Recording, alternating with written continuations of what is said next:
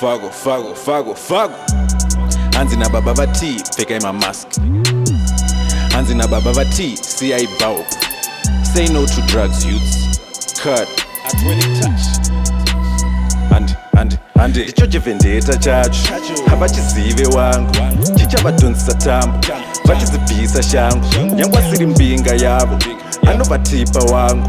one time for mukuru he doesn't want any trouble baba ba tea matigudi baba ba tea ndiani ati mutizi kunyarara kwenyu hatikudi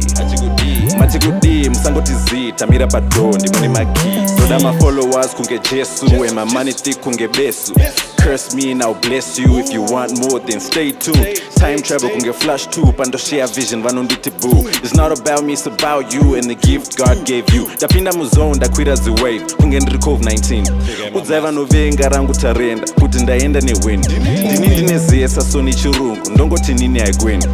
unhu wegwe unhu wema daitamborasa mupindi hell of a flow ndapinda neshona vabva vanditi waponda vavhurisa docket hanzi ndifagwa nemhosva take a look at my pocket inotodawo madhora ndavagocha sesausage ndakavatsenga sedora ona ndaona zvemberi ndaheta chacho havachizive wangu chichavadhonzisa tambo vachizibhisa shangu nyangwa siri mbinga yavo anovatipa wangu one time for mukuru he doesn't want any trouble baba ba tea matigudi baba ba tea ndiani ati mutizi kunyarara kwenyu hatikudi matigudi musangotizi tamira padondi mune maki chikuru kufema mwari tomutenda kudenga kwacho tichaenda afamba apota asara mashure achaendawo kwayedzi muvengi usamupe time cause anokupodzesa pen chinzwa kaflow zambezi rhyme sound has never been better vaifunga ndiri lane nhamo dzangu vachiseka matomo angu vachiseva mweya wangu vachisveta ini nzungu dzangu ndaimenya ona nhasi wangu ndakusefa ndane dovi rangu rekutsenga ndiyo pace yacho yandaseta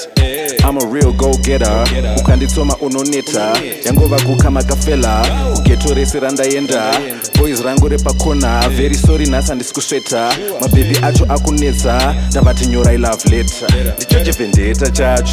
havachizive wangu chichavadhonzisa tambo vachizibhisa shangu nyangwa siri mbinga yavo anovatipa wangu one time for mukuru he doesn't want any trouble baba ba tea matigudi baba ba tea ndiani ati mutizi kunyarara kwenyu hatikudi